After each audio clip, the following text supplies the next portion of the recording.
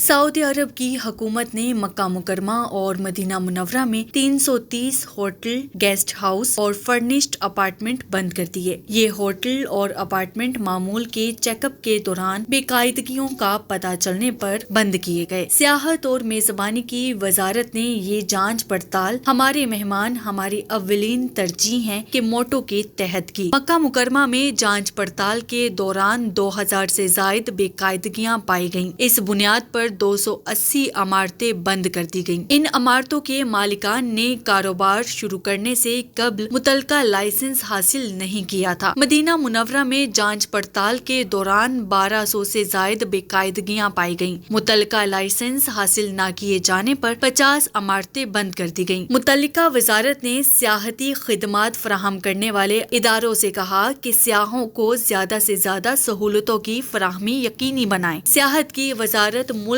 بھر میں جانچ پڑتال کے ذریعے سیاحوں کے لیے زیادہ سے زیادہ معیاری خدمات کی فراہمی یقینی بنانے کی کوشش کر رہی ہے۔